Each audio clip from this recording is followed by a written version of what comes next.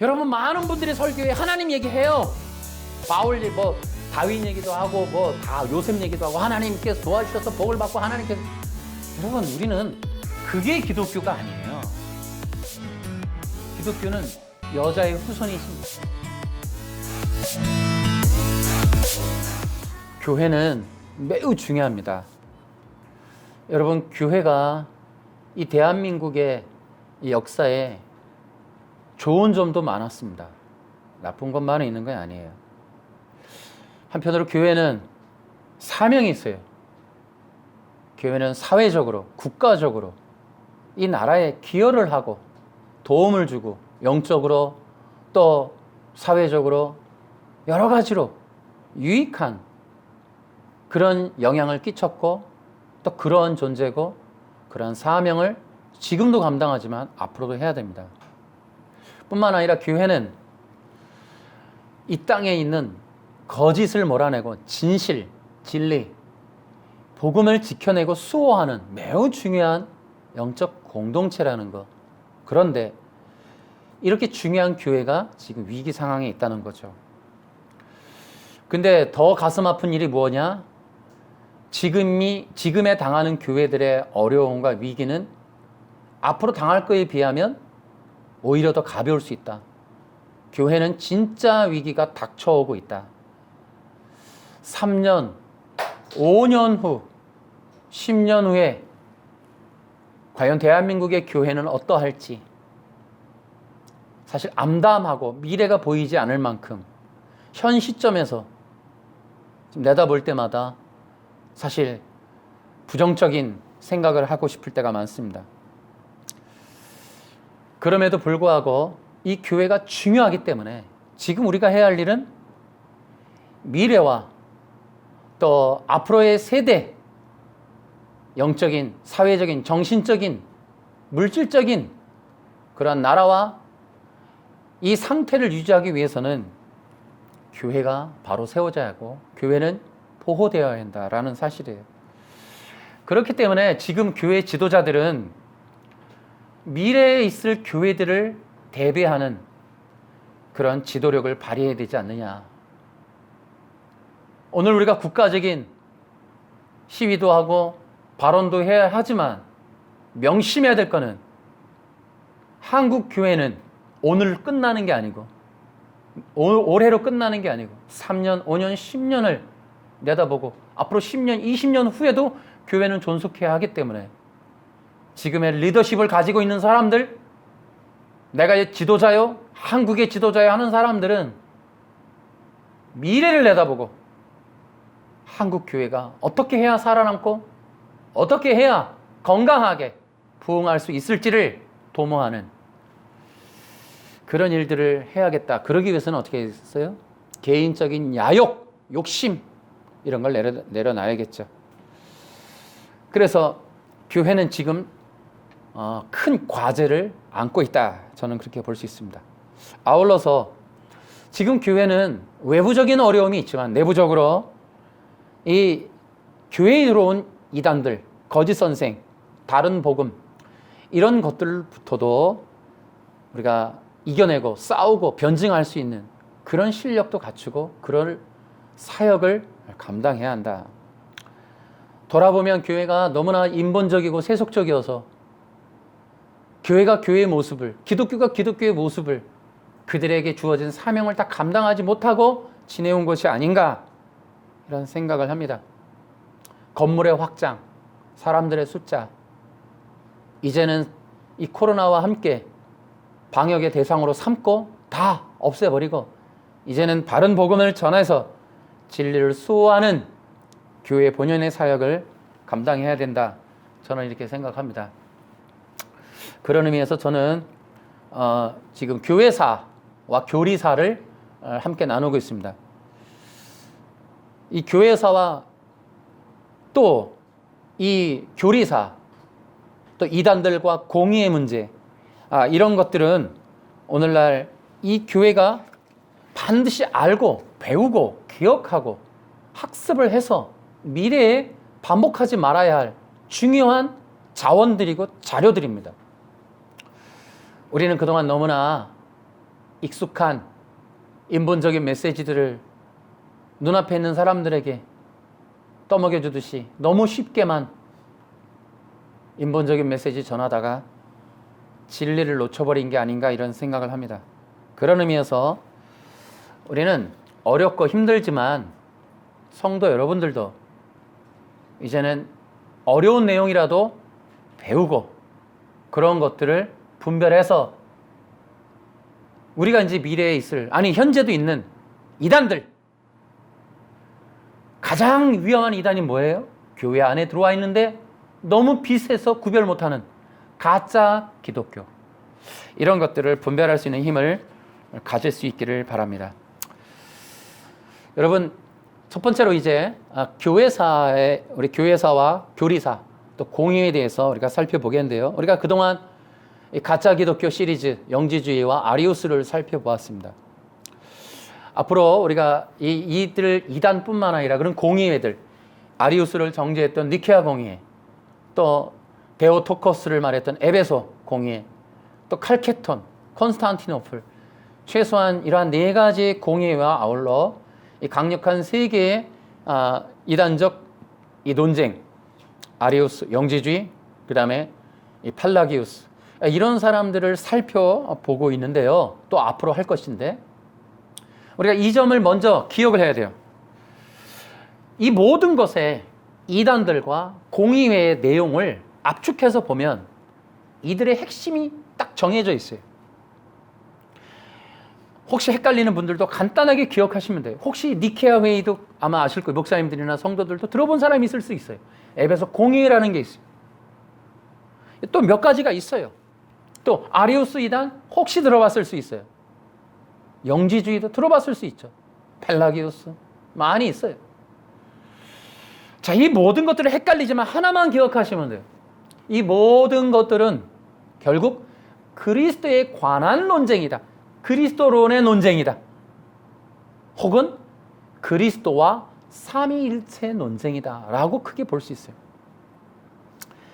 니케아 공의회라는 게 있습니다. 325년에 있었던 이 아리우스라는 기독교 안에 어떤 장로가 일어나서 외칩니다. 예수님은 피조물이다. 예수님은 하나님이 아니다. 이렇게 외쳤어요. 그래서 그 알렉산드리아의 한 집사였던 아타나시우스라는 사람이 나타나서 아니다. 그리스도는 하나님과 동일 본질이다. 라고는 중요한 메시지를 전해서 결국은 예수님이 하나님이라는 사실을 수호해내는 회의가 니케아 회의였어요. 에베소 공의회는 네스토리우스라는 사람이 등장을 합니다.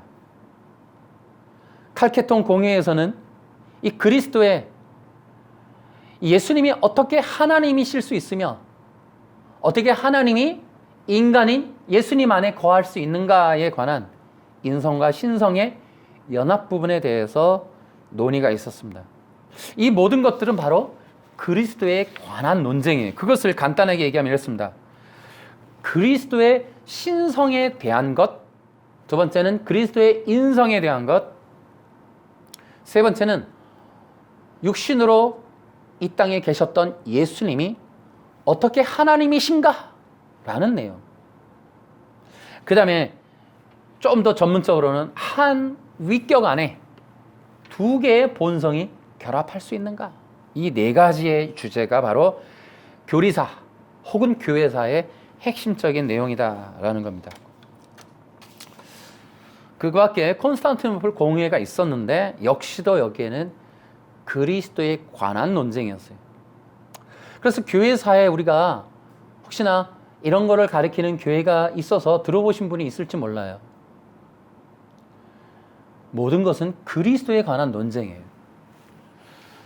저는 이것을 우리가 교회에서 배우면서 성도들이 그동안 저는 이제 그리스도에 대한 복음을 많이 전했는데 놀랍게도 교회사를 살펴보니까 우리가 그동안 그리스도의 복음, 성경의 사도들이 전했던 복음과 이 사도 바울이 정리해 놓은 특히 골로새서와 또 히브리서에 나오는 그리스도의 진리를 볼 때에 엄청 충격적인 사실들을 발견했었는데, 예를 들어 골로새서에 그리스도가 세상을 창조하셨다, 또 그리스도는 하나님의 형상이시다, 이런 말씀들이 우리가 예수 그리스도, 예수님을 그리스도라고 믿는 믿음을 더 공고히 해주는 기반이 되었단 말이에요. 그래서 우리는 고백을 하는 거예요. 예수님이 그리스도이시다. 예수님이 하나님의 아들이시다. 예수님이 구원자이신데 그분이 곧 하나님이시다. 라는 우리의 분명한 신앙 고백의 근거가 그리스도의 복음이었다는 것. 그 그리스도의 복음, 곧 이 그리스도가 바로 하나님이시고 그 그리스도가 곧 하나님의 형상이신데 우리에게 보여주신, 육체로 입고 오신 그분이 바로 그리스도이신 예수님이라고 하는, 이것이 무엇인고? 기독교의 핵심, 곧 믿음의 대상 설정에 관한 신관 형성. 이것이 얼마나 중요한가. 기독교인들이, 진짜 기독교인이라는 건 뭐예요? 예수님을 그리스도로 믿는 거예요. 기독교인은 뭐냐? 그리스도, 곧 메시아를 믿는 거야. 메시아를. 메시아가 누구냐 하는 신앙 고백, 그것이 기독교인들의 믿음의 내용이다. 믿음이다. 믿음. 예수님을 누구라고 고백하느냐, 이게 기독교라는 거예요. 이게 교회가, 이것이 성도들이 해야 할 일이다. 교회가 가르쳐야 될 최고, 또 최고의 설교, 최고의 가르침, 최고의 교훈과 교육과 성경 공부의 내용은 예수님을 누구라고 믿게 하느냐 하는 것. 가장 깊은 성경 공부는 예수님을 누구라고 믿게 하느냐. 예수님이 하나님의 아들이시며 그분이 곧 말씀이신 하나님이시며 그분이 곧 창조주이신 하나님이시며 그분이 곧 구원자이신 생명 바로 자체이신 하나님이시다. 이것을 믿고 받아들이고 그러한 신앙을 갖고 그러한 예수님을 그리스도라고 따라가게 되고 그분을 예배하는 것. 그리고 그뿐입니까? 기독교 신앙이란 뭐냐 하면 예수 그리스도, 그것이 무엇인고? 예수님이 나의 왕이시다는 거예요. 그 왕이라는 게 뭐냐? 예수를 믿고 교회에 들어갈 때의 그런 절차 관문이 아니라 평생을, 아니 영원한 생명을 예수님을 왕으로 모시고 사는 거예요. 그게 또 뭐냐? 예수님이 통치자로서 나의 인생을, 내가 왕이고 내 생각, 내 뜻대로 결정, 판단, 심판해서 살아가고 내 욕구, 충만, 세상의 성공, 야망을 목적으로 내 뜻대로 신앙하는 것이 아니고, 살아가는 게 아니고, 목적하는 게 아니고, 예수님이 나에게 십자가의 길을 걷게 하시는 데 있어서 그 말씀, 의미, 뜻, 그 계획에 순종하여 내가 어디로 가든, 어린 양이 어디로 가시든 예수님이 오라 하는 곳에, 가라 하는 곳에, 함께 하자는 곳에 거할 수 있는 선택, 믿음, 또 순종, 순복, 그것이 기독교 신앙이다라는 거예요. 기독교 신앙은 말로써 믿음을, 무엇인가를 고백하는 것 너머에 삶이 따라가는 것, 인생이 따라가는 것, 목숨이 따라가는 것, 그래서 뒤바뀌는 거예요. 뒤바뀌는 거예요. 내 뜻대로 살아가는 것도 아니고 생각만 따라가는 게 아니라 나의 인생이 따라가는 거예요. 그러한 것들을 이제 받아들이고 실제로 삶으로 걸어가는 그것이 기독교이며 기독교 신앙이며 또 기독교적인 삶이라는 것. 여러분 기억하셔야 돼요. 이제는 구별, 또 선별, 분별되고 거룩하게 되고 이렇게 되는 시대예요. 이게 뭐냐? 알곡과 가라지가 갈라지는 것, 양과 염소가 갈라지는 것. 기독교 신앙은 교회에 가서 1시간 앉아있는 것이 아니라 나의 운명이, 생명이 바뀌는 거예요. 생명이.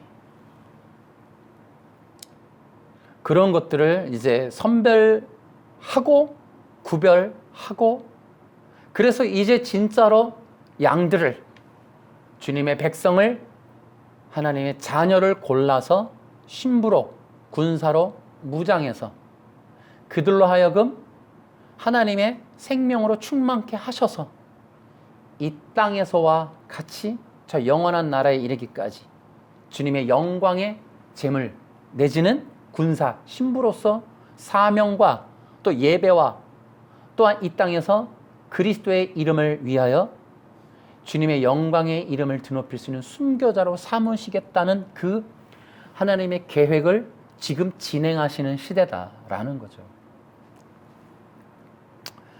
이러한 일들에 관심을 가지고 신앙생활하면 매우 유익할 거예요.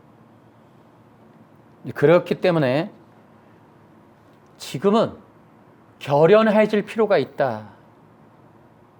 여러분, 코로나가 와서 집합예배 금지, 대면예배 금지, 여러분 대한민국 교회에 향하는 편파적이고 일방적인 행정 지도 명령들을 여러분 우리는 수능 안 할 수는 없으나 그러나 예배를 제한할 수는 없어요. 그들이 비대면이니 어떤 식으로 뭔가를 온라인 예배를 하라는 둥 뭐라고 해도 진짜 우리가 예배 목마른 자라면, 마음의 심령이 목마르다면, 마음이 상한 자라면 여러분 절대 예배 없이 못 사는 것이 기독교인임이 드러나야 돼요.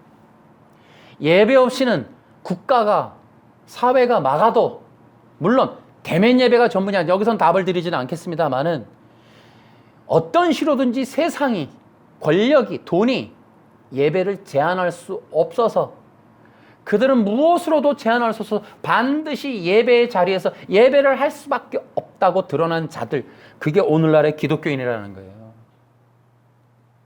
여러분 예를 들어 진짜 비대면이니까 온라인 예배니까 진짜 온라인 예배 하시나요? 스스로 생각들 해보셔야 돼요.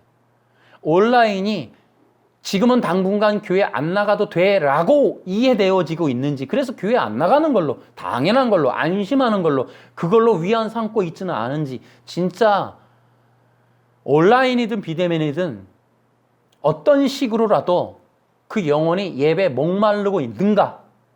그래서 그는 혼자든 영상이든 뭐 비밀스러운 집회든 어떤 식으로든지 그 예배 드림을 세상이, 사탄이, 권력이, 돈이 막을 수 없음이 드러난 사람들, 그게 오늘날의 기독교인이라니까요. 뭐 두고 보시라니까요. 앞으로 더 큰 압박이 올 거예요. 여기서 더 털릴 수 있어요. 내가 볼 때는 더 털어요. 그랬을 때에도 더 강력한 제재가 오고 제한이 와도 그들의 예배가 어떻게 막힐지 아니면 이어질지, 그들의 그럼에도 불구하고 정말 하나님이 기뻐하실 만한 아벨의 제단은 여전히 불타오르고 있는지, 그 붙은 불이 꺼지지 않고 역시나 예배의 제단, 순교의 아벨의 제단이 역시나 어딘가에서는 불타고 있을지 한번 두고 볼 일이에요. 그래서 기억하셔야 돼요. 가시적 교회가 전부는 아니에요. 우리에게 있어서 대한민국의 큰 교회, 유명한 교회가 우리 모델이라고 보시면 안 돼요. 역사가 그걸 증명했어요. 지금도 순수 기독교가 유지해왔던 교회사를 한번 보시라니까요. 여러분, 세계적인 로마 카톨릭으로 기독교 복음이 지금 지켜져 온 게 아니에요. 정말 이 순수한, 여러분 웨슬레가 어떻게 해서 그가 복음 전도자가 되느냐? 배에서 만난 모라비안 교도들, 그들의 예배 속에서 영감을 받고 충격을 먹고 그가 회개함으로 진정한 복음 부흥사가 돼요. 모라비안 교도들, 그들은 드러난 세상 속에 있지 않았어요. 필립 야곱 스페너가 있었던 경건주의자들, 그 조그만한 그 학생들이 모여서 대학교 안에서 비밀스럽게 했던 그 집회, 그 조그만한 필립 야곱 스페너가 그 이끌었던 경건한 공동체, 경건주의자라고 하는 교회사에 남아있는 그들의 몇 명의 무리가 여러분 누구를 만들어내요? 조나단 휘필드, 저지 휘필드를 만들어내는 거예요. 결국 그들 속에서 진정한 진동하는 영성이 나오는 거예요. 그래서 교회사를 보는 거예요. 교회사 속에 오늘의 힌트도 또 들어있다고요. 그러면 여러분 지금 우리 한국 기독교의 희망이 대형교회나 대표교회에 있느냐, 우리 텔레비에 나오는 목사님, 절대 그렇지 않다는 거예요.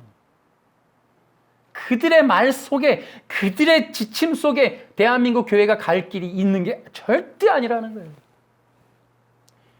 결국 미래에까지도 살아남을 한국 교회에 필요한 기름 부음이 이 쏟아지는 영성은, 마지막 미래 시대를 진동시킬 만한 영성은 수면 밑에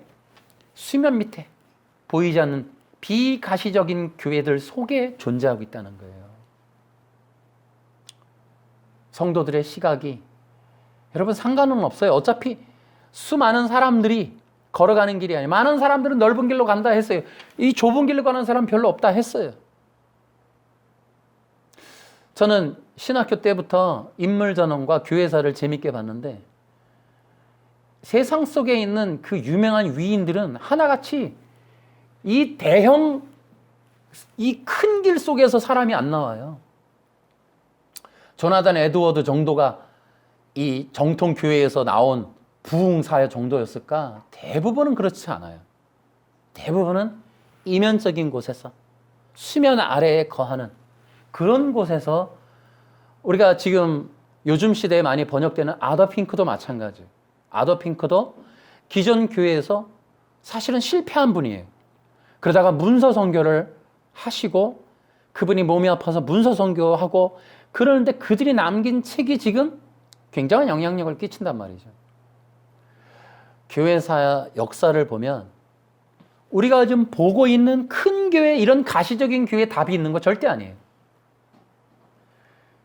여러분, 세상 권력이 교회사를 보면 세상 권력이 가시적인 교회를 핍박을 해요. 다 없애요. 그러나 실제로 하나님의 기름 부음은 땅 속으로 들어가요. 여러분, 초대교회의 기반이 카타콤에서 나왔어요. 진짜 기독교는 카타콤에 있었다니까요. 지하 공동묘지에. 교회 역사에도 보면 전부 소규모의 그런 산속에 혹은 자그마한 공동체 속에 있었던 그들의 기도 모임, 그들의 순수신앙, 그들의 뜻하지 않은 십자가의 복음의 영성, 이런 것들이 세상을 다 흔들어 버린다니까. 미래를 훌떡 뒤집어 놓는다니까요. 여러분, 우리가 그런 데까지 생각을 하셔야 돼요. 그래서 성도들은 조금 변화될 필요가 있지만, 그럼에도 이제 어쨌든 소수를 구별하는 중이니까 여러분 기억하셔야 돼요. 사람 많이 모으겠다고 하는 것에 답이 있는 건 아닌 것 같아요. 여러분, 소수의 무리들이 기도하는 그 무리는 굉장히 중요한 거예요. 무서운 거예요. 어쩌면 미래의 교회는 그들에게 있을지 몰라요. 그래서 우리는 이런 교회사나 교리사를 통해서 제가 이렇게 하는 이유는, 일단 우리가 너무나 많이 몇십 년 동안 들었던 긍정의 힘, 성공의 법칙을 이제 그만하고, 이제는 이런 얘기가 있다라는 걸 알리려고 하는 거예요. 아리우스라는 말도 뭐 이런 게 있지? 공의회 뭐 이런 게 있지? 니케아 뭐 이런 게 있지? 알리려고 하는 거예요. 이제는 바꿔보자는 거예요. 바꿔보자는 거예요. 아, 싫어요. 그러니까 그런 걸 구별하는 거예요. 그래서 30분짜리 좋은 재미난 그런 가는 거예요. 그렇게 다 가고, 진짜 내 복음, 구원받을 복음, 성경에 있었던 복음, 진정한 진리, 그리스도에 대한 비밀, 그런 것들을 알고 싶고 배우고 싶은 자들, 그런 자들이 구별되어서 모이는 거예요. 그래서 저는 뭐 대단한 건 아니지만, 또 그래서 이 뭐 니케아 공회 이런 게 하지만 깊이는 안 해요. 어차피 이거는 우리가 깊이 할 수 있는 건 아니에요. 대략으로도 알려주는 거예요. 그리고 저 역시도 이런 것들이 있음을 우리 교회 공동체만이라도 알고 있어서, 적어도 아리우스라는 사람을 알자는 거예요. 왜 그러느냐? 우리 성도들에게도 알려야 돼요. 알려야 돼. 우리가 성공의 법칙, 우리는 안 했지만 어차피 저는 하나님께 받은 게 목회를 시작하면서 하나님께 받은 사명이 있어서 분명하게 저에게 주신 메시지가 있어서 그리스도를 전하라고. 예수님이 그 그리스도를 전하라고 하는 그것도 두 번째, 나에게 구원을 받을 수 있는, 영혼이 구원받을 수 있는 복음을 전하라는 그 사명.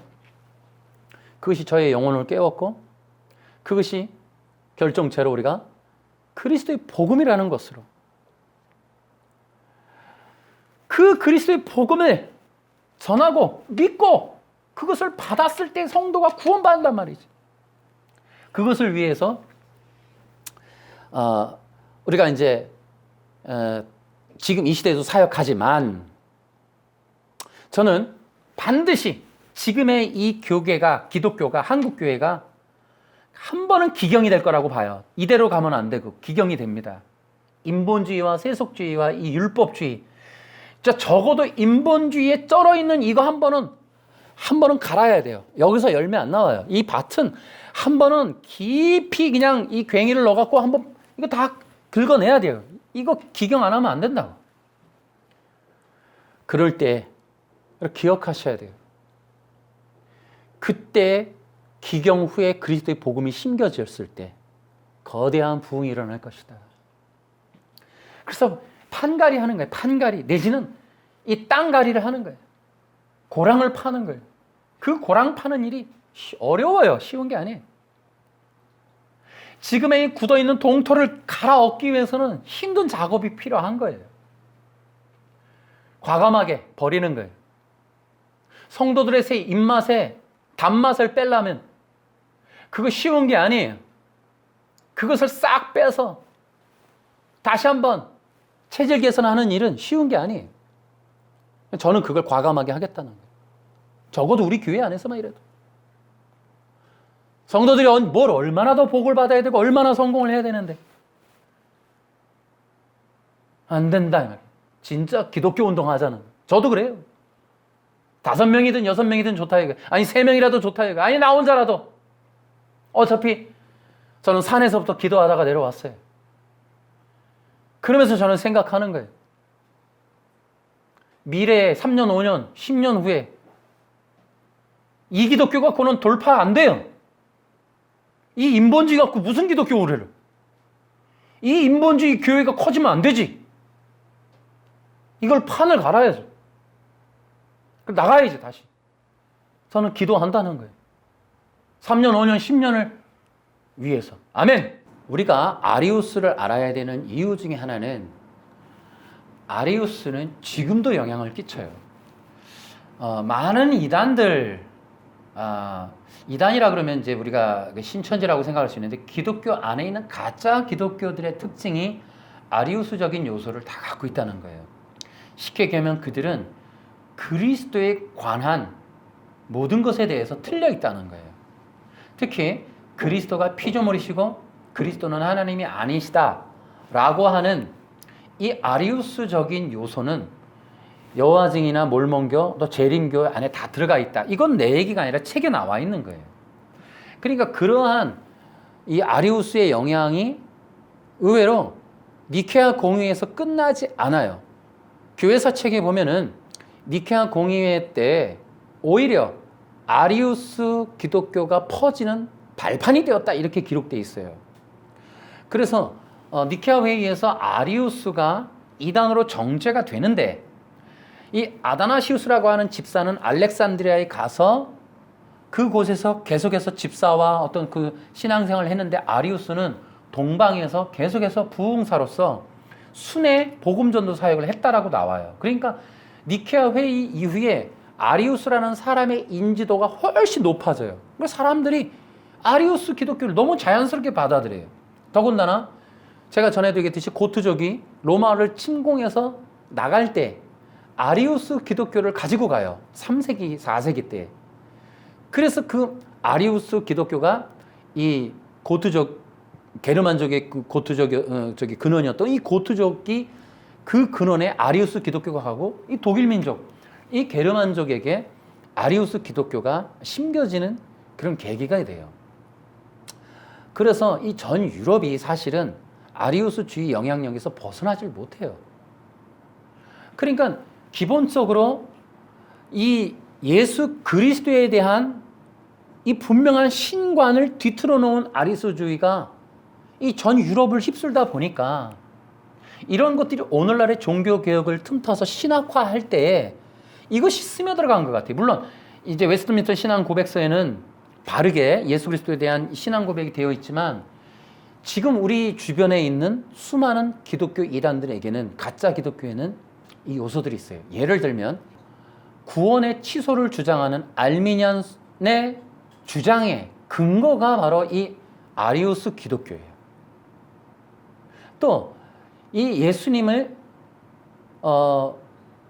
그리스도이시지만 예수님이 하나님이 아니다라고 하는 그 이단들이 그리스도를 통한 구원이 없다 보니까 결국 그들은 율법주의로 가는, 여러분 기억하세요.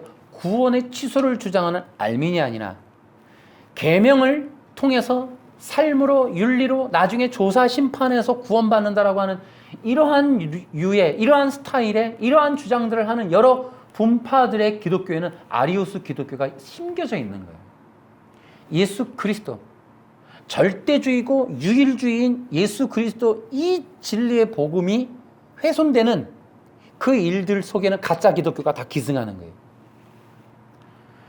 여러분 기억하세요. 진짜 기독교는 십자가의 복음이고, 이 십자가의 복음이 뭐냐 하면 예수님만이 하나님이시고 그분만이 구원자이심을 고백하는 거예요.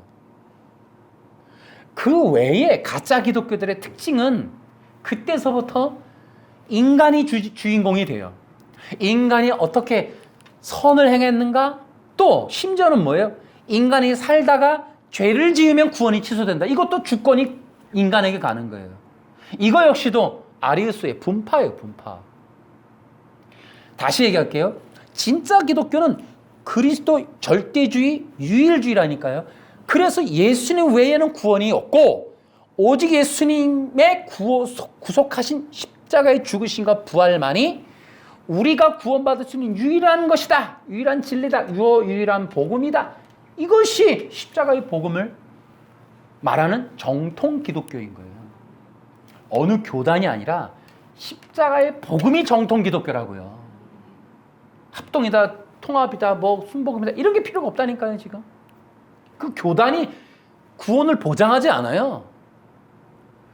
그래서 이러한 절대 십자가의 복음이 이게 선악과 언약의 내용이었고 이것이 여자의 후손의 복음의 내용이란 말이에요. 근데 그것을 훼손해서 결국에는 아리우스적인 요소라는 거는 그 외에 계명을 지키면 구원받는다. 토요일날 예배해야 구원해. 주일날 드리면 안 되고 이 토요일날 드리면 되고. 여러분 예수를 믿느냐 안 믿느냐, 예수님을 통할 거냐 안 통할 거냐가 구원을 결정하는 거지 토요일 예배냐 주일 예배냐 이건 아니란 말이지. 토요일 예배를 드리면 표를 안 받고 일요일 예배 드리면 표를 받고, 이게 바로 아리우스적인 가짜 기독교의 모습이라는 거예요. 이게 예수를 믿을 거냐 안 믿을 거냐가 복음인 거지 토요일 예배 드릴 거냐 주일 예배 드릴 거냐 이런 게 아니란 말이죠. 이게 그래서 안 된다는 거예요. 그래서 그들은 그렇게 믿으라고 놔두고 혹시나 헷갈리거나 교회를 다니는데 유혹받거나 헷갈리는 분들은 가지 말라고. 재림교나 몰몬교나 여화증이나 혹은 뭐 신천지나 알미니안 이런 데 가지 말라고. 어느 분이 계시다면 말해주세요. 십자가의 복음을 따라가라고. 궁금하면 진짜 물어야 될 것, 십자가의 복음이 뭐냐고 물으라고. 어느 교회 가면 좋으냐가 아니라 십자가의 복음이 뭐냐고 물으라고. 여러분들이 전해주라고요. 여러분이 가르쳐주라고. 사람들에게 교단을 가르쳐주지 말고 교파를 가르치지 말고 십자가의 복음을 전해주라고. 우리가 믿어야 되고 우리가 따라가야 될 건 십자가의 복음뿐이라고. 예수님밖에 없다고. 예수님이 하나님이시라고. 예수님 외에는 안 된다고. 절기를 지키고 날짜를 지키고 무슨 행동을 하고 뭐 이런 게 아니라고, 그런 게. 그 가짜 기독교라고, 가짜 기독교. 토대를 놓는 거예요. 그래서 마지막 시대에 우리가 한번 좀 기회를 기독교가 얻으려면 판가리를 깊이 박아서 후덕 뒤집어서 십자가의 복음만이 진리라는 사실을 높이 올리겠다는 거예요. 높이. 우리 기독교가 해야 할 일이 바로 그거라는 거죠. 다른 가짜 기독교들의 뭐 모습이 어떠하든 그들이 뭘 공격하든 뭘 하고 시비를 걸든 다 소용없다고. 관심이 없다고. 자기들의 정체를 가리고 말이죠. 가짜 기독교이면서 수많은 사람들의 눈과 귀를 속이려고 하는 그런 거 말고 그 관심 없다고. 기억하세요. 많은 사람들의 관심을 받는 것이 지금 중요한 거 아니에요.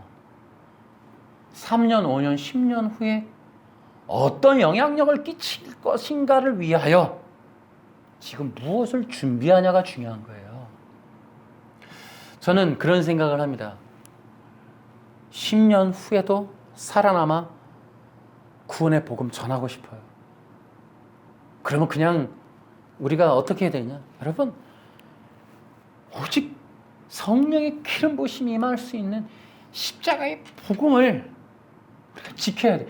근데 맹신할 수는 없는 거예요. 그래서 이런 교리사, 교회사를 통하여 어떻게 하나님께서 순수 복음을 지켜오셨는지, 가짜 기독교는 어떻게 교회를 망쳐왔는지를, 어떻게 교회들을 방해하고 그들을 구원의 문을 막았는지를 살펴보, 두 눈 뜨고 보라는 거예요. 두 눈 뜨고. 그래서 여러분은 기억하셔야 돼요. 아리우스 가짜 기독교에 대한 그 이름만이라도 알고 그들의 그 어마어마한 전략, 아리우스 사후 그들의 그 후손들의 영향력, 유대인들의 가짜 유대인들에 의해서 만들어진 이 아리우스적인 예수 그리스도가 인간이므로 그 외에 다른 사람도 누구든지 구원자다, 보혜사다, 예수다 이렇게 나올 수 있는, 그리고 결국은 예수님을 배제한 인본, 인간이 주인 될 수 있는, 누구라도 주장할 수 있는 여지가 있는, 너가 신이라고 하는 창세기 3장의 그 메시지를 오늘날에도 실현을 하려고 하는 이 사탄의 가짜 신학, 이것을 퍼뜨리려고 하는 것들을 우리가 분별할 수 있어야 된다. 그걸 분별해서 다른 사람을 알려줘야 된다 이 말이죠. 기억하세요. 그리스도가 피조물인 게 뭐가 문제냐? 자 보세요. 인간의 죄가 뭐냐? 여러분 여기서부터 이제 꼬이는 거예요. 사람들은. 창세기 3장에 나타난 인간의 죄의 실체는 창세기 2장에 게시된 그리스도의 복음을 거절한 거예요. 그리스도를 떠난 거예요. 그래서 어떻게 했어요? 내가 그리스도다라고 외친 거예요. 내가 그리스도 되겠다. 내가 왕이 되겠다. 내가 신적 존재가 되겠다라는 거예요. 여러분 우리가 이런 것들이 이해가 안 되는 가장 큰 증명되는 게 뭐냐면, 선악을 알게 하는 나무라는 그 얘기를 어떻게 해석을 해요? 인간이 선악을 분별하는 걸 하면 안 된다 이렇게 나온단 말이에요. 그럼 선악이 뭐냐면은 잘못하고 안 잘못하고예요. 그죠? 그게 웃기다고요. 그 선악을 알게 하는 나무를 지금의 우리가 볼 때 윤리적인 행동 여부로 선악을 보는 게, 이게 창세기 2장에 그리스도가 계시된 것에 대한 것을 모르는 이유예요. 그게 이유. 선악은, 성경에 게시된 선악은 지금 우리 입장에서 보는 윤리적인 개념이 아니에요. 그 거짓말하고 사기치고 도둑질하고 뭐 간음하고 이런 것이 악이고, 착하게 살고 뭐 의롭게 살고 예배 잘 드리고 이런 게 선이다, 그렇게밖에 생각 못하는 그 문자적 해석에 갇혀 있기 때문에 우리는 2장을 제대로 모르는 거예요. 2장 17절을. 그게 한계, 그게 증거예요. 증거. 선악을 그렇게 보는 게. 그러니까 그리스도가 안 보이죠. 창세기 2장에 기록된 선악은 절대 진리를 말하는 거거든요. 이 개념을 모르는 거예요. 그래서 여러분 성경에 나올 때 내가 곧 길이요 진리요 생명, 성경이 일관되게 창세기 1장 1절 히브리어서부터 마지막 요한계시록까지 이어지는 하나의 일관된 주장은 그리스도가 진리라는 거예요. 그리스도가. 그 진리가 선이에요. 선. 아멘. 그것이 그리스도의 하나님의 영원한 진리인 그리스도를 의미한다고 하는 사실을 몰라요. 여기서부터 뒤틀리는 거예요. 그러니까 문자 해석으로 선악, 그러니까 우리가 볼 때 지금 윤리적인 선악 이렇게 보기 시작하기 때문에, 그래서 해석을 그렇게 들어가기 때문에 누구도 그것이 무엇을 의미하는지를 모르는 거예요. 다시 말씀을 드릴게요. 창세기 3장에서 인간이 죄를 범해요. 선악과를 따먹는단 말이에요. 그 선악과를 따먹는 죄는, 그러니까 인간의 죄는 선악과라고 하는 금지된 열매를 먹은 게 아니라 그것은 상징적인 행동이고, 성경 창세기 3장이 너도 하나님이 될 수 있어, 그래서 너가 하나님이 될 수 있다라는 말에 유혹을 받은 거예요. 그래서 선악과를 먹어요. 선악과를 먹고 싶은 게 먹은 게 아니라 하나님이 되려고 먹는단 말이에요. 킹제임스 버전은 신적인 존재, 그 말하는 신적인 존재가 뭐냐는 거죠. 그러니까 인간이 선악과를 먹는 원죄는 그리스도를 거절한 거예요. 그래서 왜 내가 그리스도, 너도 하나님처럼 내가 그리스도 되겠다는 거예요. 여러분, 그 이후로 보세요. 인간의 원죄는 그리스도를 대적해요. 그리스도를 떠나요. 그리스도를 불신해요. 받아들이지 않단 말이에요. 그 이후로 하나님이 다시 한번 인간에게 그리스도를 계시해요. 창세기 3장 15절에 이번에는 여자의 후손으로 계시합니다. 이건 굉장히 의미가 있어요. 여자의 후손으로 계시하는 건 잘 기억했다가 한번 연구들 해보세요. 창세기 3장 15절에 여자의 후손의 계시는 단순한 예수님의 계시가 아니라 이것은 인류의 진리 대신 그리스도의 구속자의 조건을 말하는 거예요. 그러니까 보세요. 그리스도가 피조물이다 라고 선언하면 여기에 뭐가 문제가 생기냐면, 우리는 이렇게 말할 수 있어요. 우리는 그럼 누가 구원해줘? 자, 여자의 후손으로 계시된 구원자의 특징이 뭐냐? 여자의 후손이니까 인간으로 와야 되겠죠. 구원자. 그러니까 여자의 후손으로 계시한 것은 창세기 3장 그 죄를 범한 인간에 대한 구속의 계획이에요. 그러면 구속의 계획의 첫 번째, 여자의 후손이 와서 사탄의 머리를 박살낼 거야. 다시 말하면 죄와 사망의 권세를 부실 거야 라고 하는, 다시 말하면 인간의 죄에 갇힌 인간을 구원하기 위한 하나님의 계획이 뭐냐? 하나님이 구원자를 보내 너희들을 건져낼 거야 하는 거예요. 어떻게? 그 여자의 후손이란 말이죠.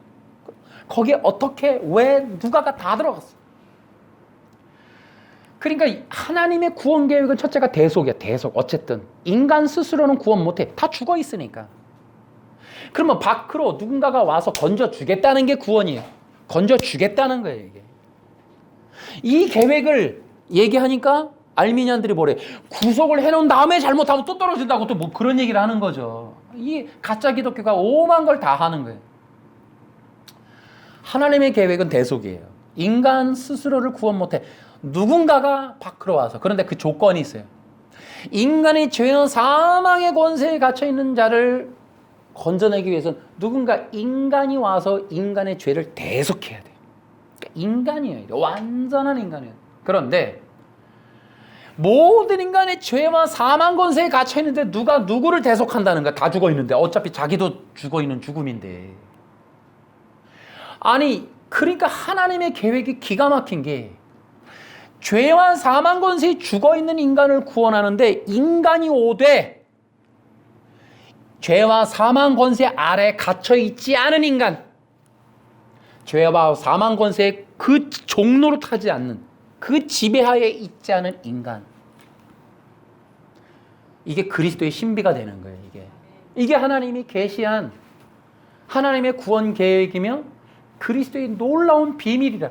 이것이 바로 에베소서와 이 골로새서에 말한, 바울이 말한 이것이 그리스도의 비밀이다. 골로새서에 이렇게 나온단 말이죠. 이 그리스도의 비밀이 기가 막힌 거예요. 완전한 인간인데 죄와 사망 권세의 지배 아래 있지 않아. 그러면 피조물이 아니라는 거예요. 구속자의 조건은 완전한 인간이 돼. 피조물이 아니고 죄와 사망 권세에 갇혀 있잖아. 그러면 두 가지가 성립이 돼요. 구원자는 인간이지만 반드시 죄가 없어야 해. 또 하나는 완전한 인간이지만 피조물이 아니어야 하는 거예요. 아니, 이게 우리 상식으로 가능합니까? 안 된다니까요. 이건 신비 영역인 거예요. 우리가 믿는 예수님이 그런 분이라니까요. 우리가 믿는 구원자는 인간인데 피조물이 아니셔. 피조물이 아니기에 그는 죄와 사망의 지배 안 받아. 피조물이 아니기에 그는 죄도 없으셔. 완전한 하나님이라는 얘기예요. 그분이 하나님 그분이기 때문에 우리 인간이 볼 때 하나님의 아들이신데 그분이 하나님으로부터 나오셔. 근데 그 나오시는 그분이 하나님이신데 그분이 육체를 가진 구원자이시라는 거죠. 이게 기독교가 믿는 그리스도의 신관이란 말이에요. 그래서 여러분 예수님이 피조물이다 해버리면 그걸로 믿어버리면 여러분 그 그리스도는 우리를 위한 제물이 될 수가 없고 우리를 구원할 자격이 없는 분이 돼요. 그러면 기독교의 핵심이 되는 뭐가 부셔져요? 십자가의 복음이 부셔지는 거예요. 의미가 없어지는 거예요. 예수님이 피조물이라고 해버리는 순간 그는 그래서 하나님이 아니라고 해버리면 그의 죽음은 개죽음이신 거예요. 우리는 아무 관계가 없는 거예요. 대속이 조건이 안 되는데? 구원자의 조건이 안 되는데? 우리 구원자가 피조물이 아니기 때문에 가능한 거는 구속의 자격이 갖추어질 뿐더러 그는 십자가에서 죽으시되 영원히 죽지 않으시는 생명이시라는 거예요. 그래서 부활이 가능한 거예요. 부활이 가능하기 때문에 그는 영원한 하나님의 생명을 가진 분이고 우리가 구원받을 수 있는 길이 열리는 거예요. 아멘. 다시 또 말씀을 드릴게요. 그리스도가 피조물이라는 것이 통용되면 안 돼요. 아리우스주의가 퍼지면 기독교의 십자가의 복음이 무효화가 된다고, 무효가. 우리가 절대적으로 지켜야 되는 게 그래서 십자가의 복음인 거예요. 그 십자가의 복음의 전제 조건이 뭐냐? 우리를 구원하러 오신 예수님은 완전한 인간이시지만 그는 죄가 없는 영원한 하나님이라는 거예요. 아멘. 예수님이 하나님이라는 것이 깨어지면 우리 십자가의 복음 믿을 필요가 없어져요. 하나님이 아닌데 어떻게 영생 부활을 하냐니까요. 의미가 기독교의 근본이 사라져버려요. 근본이. 그럼 남는 건 뭐냐? 계명을 지켰냐? 안식을 지켰냐? 너 죄를 지었냐 안 지었냐? 율법주의 인본만 남는 거야. 율법하고 인본. 그러니까 예수님이 와서 율법주의자들한테 화 있을진저 이 독사의 자식들아, 너희도 안 들어가고 남도 못 들어가는 구원의 문을 쳐막고 있구나 라고 얘기를 하는 거예요. 율법주의의 특징이 뭐냐? 구원의 문을 깔고 앉아갖고 구원을 못 받게 하는 거예요. 그게 뭐예요? 토라, 십계명 지켜. 그걸로 가겠다는 거예요. 그랬더니 구원의 문을 막고 있는 독사의 자식들이라고 주님이 질책을 하시는 거예요. 마태복음이라는 사복음서에서 내가 곧 그다. 예수님이 내가 양의 문이다. 내가 곧 길이요 진리요 생명이다. 나를 통하지 않고는 아버지께로 올 자가 없다. 예수님만이 영원한 구원자이심을 선언하는 거예요. 그럼 유태인들이 볼 때 우리가 믿었던 유대교, 토라의 유대교랑 예수님 당신의 주장이 틀리지 않소. 예수님이 계속해서 성경에서 반복적으로 너희들이 그렇게 신성시하는 토라는 나를 가르쳐 기록됐다. 토라를 너희들이 공부하고 배우고 있는데 그거 다 나를 가르쳐. 에이, 십계명도요? 그래. 십계명조차도. 다 예수님의 가르치는, 예수님을 믿으라는 복음이라는 거예요. 아멘. 구약의 모든 말씀은 다 예수 그리스도의 복음입니다. 그거를 인간이 지켜야 될 규례로 보는 순간 여기서부터 이제 미끄러지기 시작하는 거예요, 기독교가. 이미 구약에 있는 모든 말씀이 그리스도의 복음이라고 성경에 숱하게 얘기하고 있건만 여전히 문자 해석을 해서 인간이 지켜야 될 규례다라고 주장하는 그것이 가짜 기독교다. 가짜 기독교. 우리가 그래서 기억하셔야 돼요. 그리스도가 피조물이다라는 말을 왜 받아들이지 말아야 되는가? 기억하세요. 여자의 후손이라는 말을 기억하면 돼요. 하나님이 창세기 3장 15절에 이미 영원한 구원자이신 그분의 실체를 그분이 어떻게 할 것인지에 대해서 여자의 후손이라는 5글자로 딱 계시한 거예요. 남자가 없는. 그래서 피조물이나 죄에 갇혀있는 인간이 아닌 영원한 하나님으로부터 성령으로 잉태되어서 오실 영원한 생명 근원이신 그 하나님이 육체로 임할 것에 대해서 여자의 후손이 계시한 거예요. 그러므로 어떻게 한다고? 너희들 대속. 그분이 번제물로, 희생제물로 그렇게 오셔서 대속의 제물, 십자가에서 죽으실 것이다. 3번이나 예고하시면서 십자가를 통하여 내가 온 인류를 위한 대속의 죽음. 사람들이 다 안 믿었어요. 그랬을 때 예수님이 죽고 큰 번개가 치고 구름이 어둠이 그랬을 때 로마의 그 군대 장관을 통해서 그는 진정 하나님의 아들이었다. 고백이 터져 나오는 거예요. 사도들이 드디어는 부활한 예수님을 만나고 충격을 먹고 예수님이 40일 동안 살아계시는 동안 성경 세미나를 40일 동안 주야로 하고 구약의 진리를 배우고 성령의 잉태를 통하여 성령의 임재를 통하여 드디어는 역사의 전환점, 유대인들이 말했던 구약의 토라를 전하던 토라를 따르던 유대인들이 성령 받고 이제 예수 그리스도의 이름으로 구원받고 살아나는 토라를 지켜서 영생 얻겠다라고 작정했던 그 가짜 기독교를 작사를 내고 드디어는 예수님의 이름으로 일어나 걸어라 라고 선언하면서 기독교가 시작된단 말이에요. 기독교. 그때서부터 모든 인간의 역사 가운데 이제는 예수님의 이름으로 일어나는 거예요. 죄와 사망 권세에서 문제에서 예수님의 이름으로 일어나라. 이것이 기독교다. 여러분, 아리우스주의에 이 영향이 몇 가지가 있지만은 오늘날에 있는 영향력이 아리우스는 기독교를 변질시켰어요. 인본주의로. 구원론을 뒤틀고 삼위일체를 깨트렸습니다. 그래서 제가 말씀을 드리고 싶은 게 또 하나 있습니다. 아리우스는 뭐라고 얘기했냐면은 그는 하나님만이 진정 하나님이시다. 여러분 당연하죠. 여러분 우리는 지금 너무 쉽죠. 그 말이 당연한 걸로 들려져요. 그런데 잘 들어보세요. 아리우스는 뭐라고 그랬냐면 아리우스는 예수님은 하나님이 아니다. 예수님은 열등한 하나님의 종이다 이렇게 얘기했어요. 그리고 하나님만이 무한하시다. 하나님만이 영존하시다. 하나님만이 진짜 하나님이시다. 다시 얘기할게요. 아리우스가 가짜 기독교를 만들 때 그가 만든 가짜 기독교를 요즘으로 제가 그냥 이렇게 말해보면 뭐냐면 그거 하나님교예요. 하나님교. 제가 다시 말씀을 드릴게요. 우리 기독교인이에요. 사도행전 3장의 베드로의 안진뱅이 치유 사건의 의미가 뭐냐 하면 기독교의 선언이에요. 기독교의. 진짜 기독교의 선언을 하는 거예요. 예수님의 이름으로 일어나 걸어라. 사도들에 의해서 최초로 계시되는 거예요.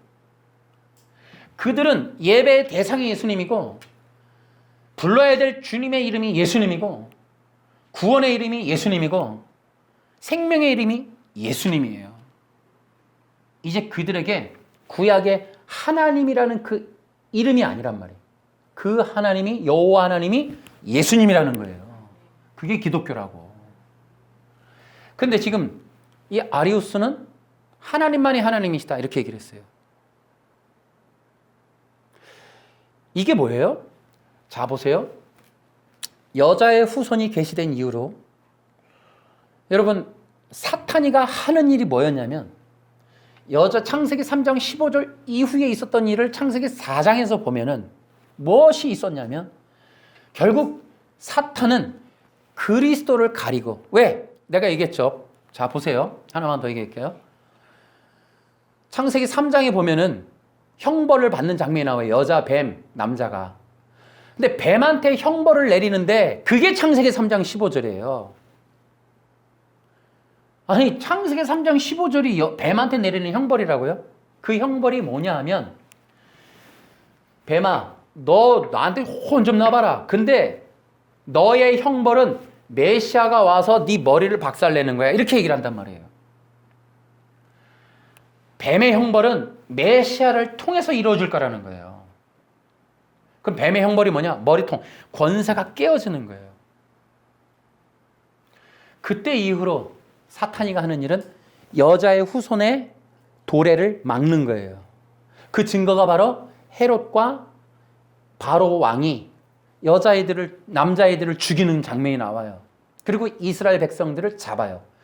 다시 말하면 여자의 후손이 오는 길을 가로막습니다. 혈통을 잘라요. 전에도 한번 말씀을 드렸는데 이스라엘 백성들의 육체적인 혈통을 공격합니다. 근데 결국 메시아가 와요. 근데 놀라운 건 이스라엘의 육신적 혈통을 통해서 오는 게 아니라 믿음의 혈통을 통해서 온다고 내가 말씀을 드렸어요. 사탄은 결국 예수님의 도래를 막지 못해요. 믿음을 통해서 왔기 때문에. 어쨌든 예수님의 도래를 가로막고 왜? 예수님이 오는 곳과 정비례로 자기의 머리통이 박살나는 시간이 동일하기 때문에 예수님의 도래를 가로막아요. 예수님이 오시는 길을 막는다고. 그래서 예수님이 없는 그리스도 없는 그리스도를 가로막는 그리스도를 가리고 그를 모르게 하고 믿지 못하게 하고 덮어버린단 말이에요. 여러분 사탄의 전략은 그리스도 없는 기독교 만들기예요. 하나님교가 뭐가 문제냐고 할 수는 있지만 기독교는 예수 그리스도가 하나님이라고 선언하는 거예요. 모든 것은 예수님을 통해서 가는 거예요. 예수님이 주인이 되셔야 되고 예수님의 이름이 영광받아야 돼요. 예수님의 이름이 제거되고 예수님의 이름이 사라진 하나님만이 하나님이시다. 틀린 말 안 하니 기독교일 수는 없어요. 기독교는 뭐냐? 그 하나님이 예수님이시다예요. 할렐루야. 다른 종교, 다른 유대교 회복주의자들과 또 하나님교와 완전히 다른 건 예수님만이 하나님이시다예요. 여러분 청길자가 하나님이라고 거기 하나님 교잖아요. 하나님 교. 우리는 그게 아니에요. 예수님만이 하나님이다예요. 십자가에서 죽고 부활하고 승리하고 죄와 사망 권세를 깨트려서 이기시고 지금 하나님의 우편 보좌에서 우리에게 성령을 부어주고 계신 그분, 그 예수님이 우리의 하나님이시다. 아멘. 아멘. 아멘. 이것이 기독교라니까요. 기독교. 그 기독교를 가로막았던 게 아리우스에서부터 시작됐다고요. 내가 왜 이렇게 이 얘기를 하는가? 우리 기독교는 과연 기독교인가? 하나님교인가? 그거 한번 생각하라는 거예요. 여러분 많은 분들이 설교에 하나님 얘기해요. 바울 다윗 얘기도 하고 다 요셉 얘기도 하고 하나님께서 도와주셔서 복을 받고 하나님께서 여러분 우리는 그게 기독교가 아니에요. 기독교는 여자의 후손이신 하나님 대신 예수 그리스도를 높여서 노뱀에 달린 그 노뱀처럼 높이 들어서 사람들이 예수님을 믿고 예수님 안에서 예수님을 통해 죄와 사망 권세를 이기고 사탄의 머리를 박살내고 예수님의 이름으로 기름 부음 받고 사명 감당할 수 있는 예수 그리스도의 말씀, 예수님의 말씀이 성령의 검이 되어서 이 어둠의 권세를 자르라고 통치하고 지배하라고. 그것이 기독교라고요. 하나님이 지켜주십니다. 하나님이 복을 받습니다. 여러분 저는 분명하게 다른 사람들 내가 이단이라고는 안 하겠지만 여러분 우리는 기독교는 그렇게 하면 안 된다. 기독교는. 분명하게 기독교는 예수님교가 돼야 돼요. 이걸 목숨처럼 해야 된다고. 아리우스가 만든 게 하나님교를 만들었다니까요. 그 영향력이. 그래서 이런 것들 때문에라도 이제 이 아리우스를 알아야 된다. 인본주의의 근원 속에는 아리우스주의가 있다.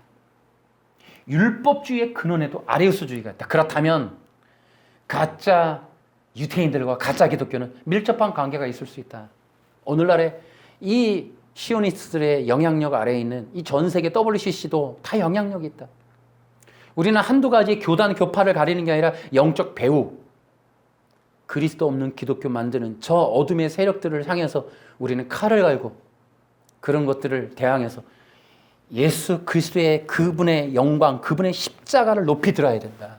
그 예수 그리스도의 십자가에 죽고 부활한 그 능력, 그 부활의 능력, 대속의 능력, 이 복음을 전하고 예수 십자가에 달리신 예수님과 그분의 그 이름, 그분을 통하여 그분을 믿고 영생 얻고 천국 가고 그분의 이름으로 이 땅에서 성령의 능력으로 십자가의 복음을 들고 나가서 싸우는 삶, 그것을 현실화하는 삶, 그것을 통해서 진정한 어두움을 이기는 삶, 그것을 우리는 영적인 신부와 군사로 규정하고, 그래서 이 땅에서 교회 다니는 순간이 아니라, 교회 다닐 때 입교식이 아니라 예수 그리스도의 십자가가 인생의 지침, 인생의 전부, 우리의 사명의 전부, 그것이 기독교 신앙인의 가슴 속에 새겨짐으로 진짜 기독교 하자고. 진짜 기독교. 아멘. 아멘. 마지막 시대, 저는 5년 10년을 내다보면서도 그러한 기초적인 분별력과 기초적인 이 십자가의 신앙의 바탕이 되지 않으면 미래까지 못 간다. 또 미래에서의 복음 구원 이 선포도 어림도없다. 지금서부터 순결한 복음 지켜서 소수의 무리가 될지라도 언젠가 미래에 진동할 수 있는 영성, 진동할 수 있는 복음을 우리가 세상 속에라도 작은 사명을 감당하려면 때묻지 않은, 절대로 섞이지 않는 순결한 복음, 순결한 진리를 지키고 승리하는 여러분과 제가 됩시다. 세상 속에는 그 어떤 것들이라도 여러분, 우리는 끄떡하지 말고 오직 십자가의 복음을 따라가는 진정한 기독교의 길 걷는 자들 되기를 주 예수님의 이름으로 축원합니다. 할렐루야. 기도합시다.